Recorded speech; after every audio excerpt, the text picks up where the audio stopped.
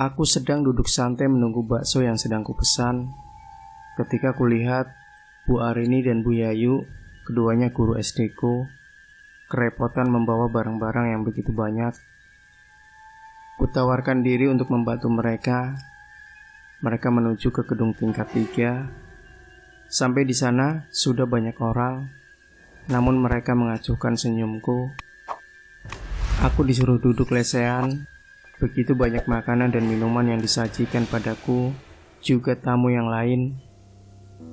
Aku tak tahu apa nama makanan itu. Bentuknya membuatku tak selera. Walau tamu yang lain makan dengan begitu lahapnya, namun aku tak minat sama sekali. Hatiku terasa tak nyaman, apalagi tamu yang lain ngobrol dengan temannya dengan begitu akrabnya. Namun aku tak dapat menangkap kata-kata mereka. Saat aku sedang bingung, kulihat di lantai atas ada wanita muda yang memberi kode agar aku keluar. Aku buru-buru keluar. Aneh, kok tangganya naik? Harusnya kan turun. Masalahnya saat masuk tadi aku naik tangga. Tapi biarlah. Aku ikuti terus tangga itu hingga akhirnya aku sampai di luar. Kok aku ada di lapangan? Ku tengok ke belakang. Ternyata ada sumur tua.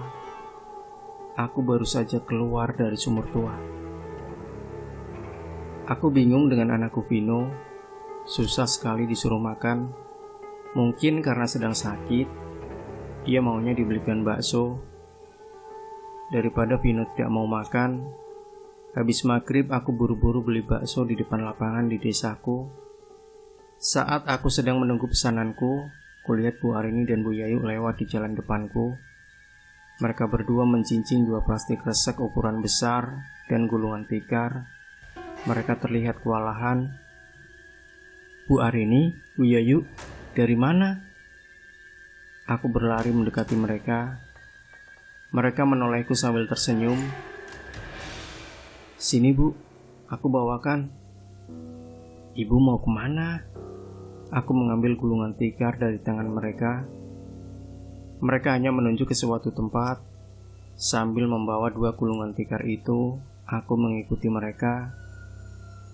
Bagaimana kabar Ibu? Sudah lama sekali kita tak pernah bertemu ya Bu.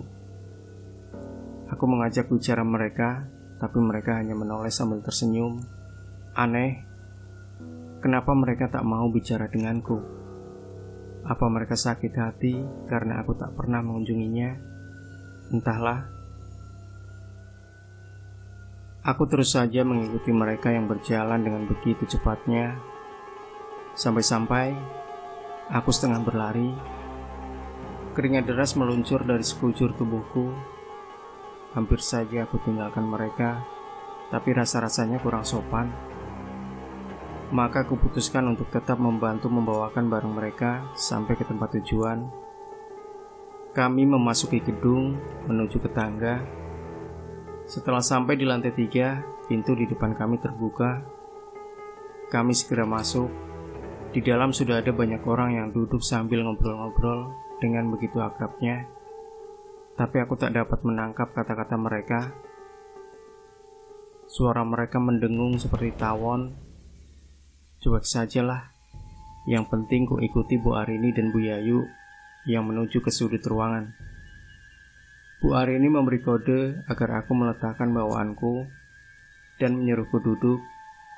Sebelum duduk aku bermaksud untuk salaman dengan yang lain, tapi semua mengacuhkan uluran tanganku. Aneh. Aku ambil tempat duduk di sudut yang lain, duduk menyendiri sambil mengamati sekeliling. Tampak sepasang sejoli bicara dengan mesranya, dan cowoknya selalu melempar senyum ke arahku. Dek. Mata itu terlihat kosong, mengerikan. Senyum itu jadi terlihat seperti menyeringai. Seorang wanita muda menyajikan berbagai macam makanan dan minuman.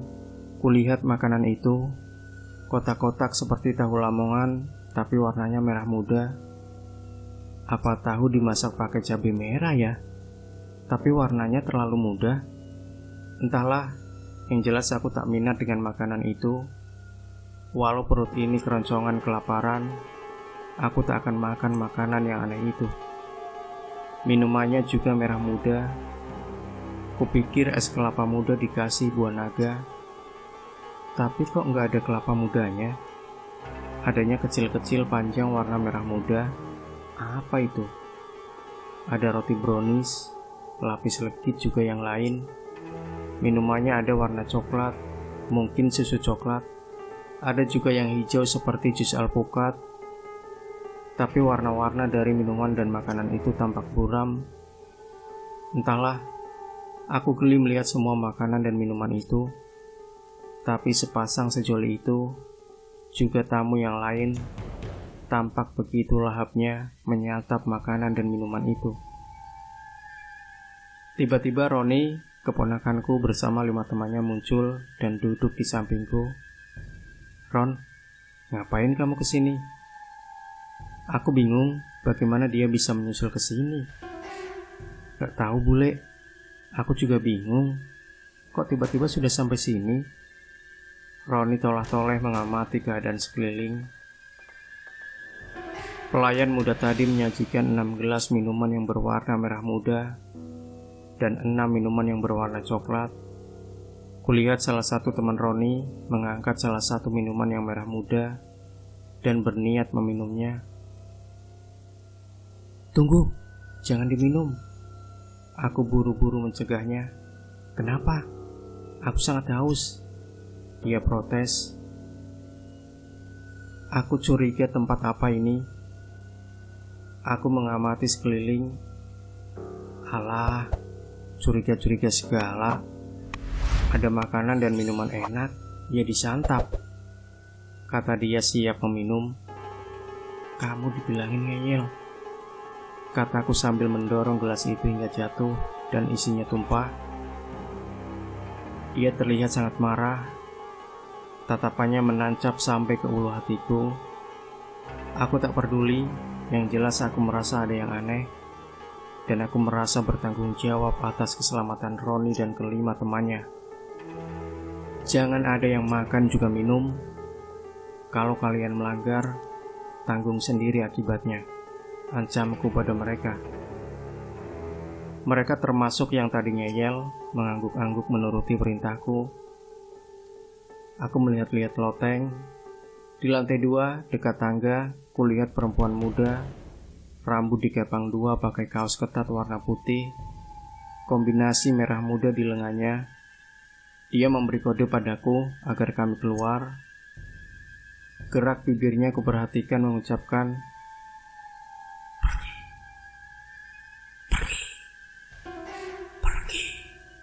sambil tangannya menunjuk ke arah pintu keluar. "Roni, perempuan itu menyuruh kita pergi. Ayo kita pergi." Aku menggandeng Roni, tapi Roni kelihatan sangat kebingungan. "Ini di mana, bule? Ini tempat apa, bule?" Roni terlihat linglung. "Nggak penting ini tempat apa, yang penting sekarang kita keluar dari sini. Kalian semua, ayo kita keluar," kataku sambil menggandeng Roni yang tampak sangat kebingungan. Kelima teman Roni sendiri, sebelum pulang mereka berniat salaman dengan yang hadir di situ. Namun niat baik mereka diacuhkan. "Sudah, gak usah salaman-salaman segala. Cepat keluar. Sini, lewat sini." Aku menunjuk ke pintu kecil yang tertutup. "Ini di mana sih, bule?" Roni tolah-toleh kebingungan. "Sudah, kamu diam. Kalian berlima di depan, aku dan Roni di belakang kalian. Cepat." Aku setengah mendorong kelima teman Roni menuju pintu itu. Sebenarnya aku berniat pamit pada Bu Arini dan Bu Yayu, tapi aku tak menemukan mereka, jadi ya biarlah. Kelima teman Roni membuka pintu. Di depannya terdapat tangga. Mereka segera menaiki tangga itu. Aku mengikuti di belakangnya. Aneh, kok tangganya naik? Harusnya kan turun. Karena tadi waktu memasuki gedung ini aku naik. Kok ini naik lagi? Jangan-jangan menuju ke lantai berikutnya. Tidak keluar dong. Tapi biarlah. Kami bertujuh terus mengikuti tangga itu. Kok tangga terus? Kapan sampainya? Salah satu teman Roni protes. Aku tak tahu, hanya ini jalan satu-satunya. Ikuti saja sampai finish, kataku. Tapi sampai kapan? Aku sudah kehabisan nafas nih, kata yang lain dengan nafas terengah-engah.